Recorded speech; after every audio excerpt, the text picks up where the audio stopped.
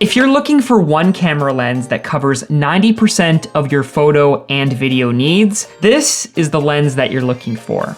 This is the one lens to rule them all. But before we get to that, let's check in with some of my photographer friends to see what lenses they're shooting with.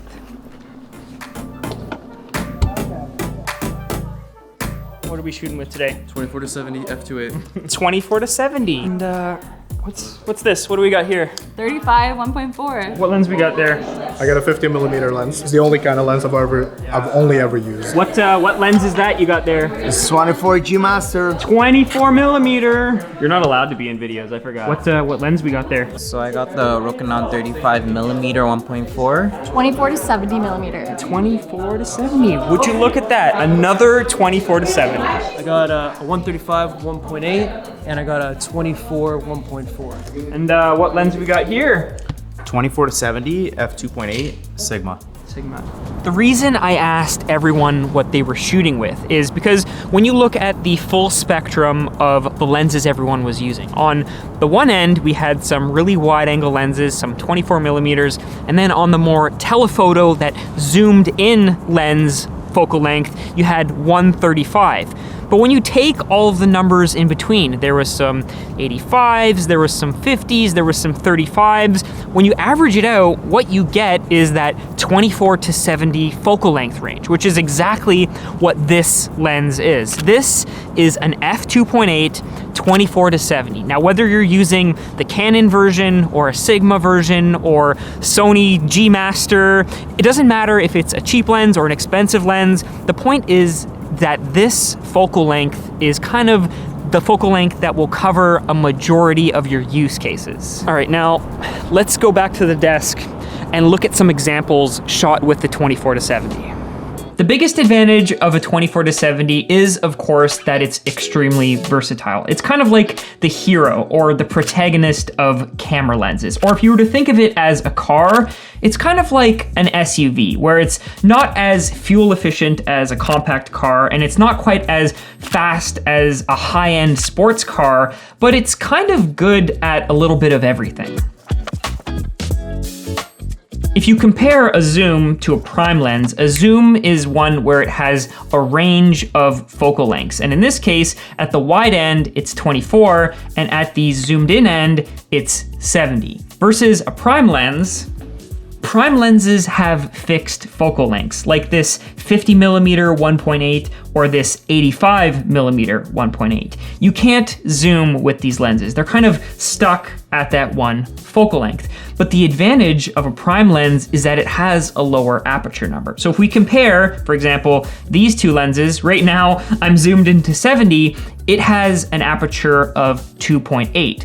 versus this 85 has an aperture of 1.8. That's a lower aperture. And what a lower aperture lets you do is get more of a blurry background. Like you can kind of see how my background's blurry. That's because I'm shooting at f2.8. But if I was shooting at 1.8 or 1.4 or some lenses that go all the way down to 1.2, my background would be even more blurry. The other advantage of a prime lens is that it's optically simple, and sometimes you can get them for cheaper than you can a zoom lens. Like this is an expensive lens. It's over $2,000. This lens, which is a prime lens, is only a couple $100. But I'll talk about the differences between expensive and cheap prime lenses in just a second. Now you'll notice a few of my friends were shooting on prime lenses. There was a couple 35s, a 24, a 50, an 85, and they chose to shoot with those lenses because that's the focal length that they knew they needed. They've been shooting long enough that they know they like those focal lengths and prefer them for doing studio work. That's often why I don't recommend going with prime lenses for new photographers, because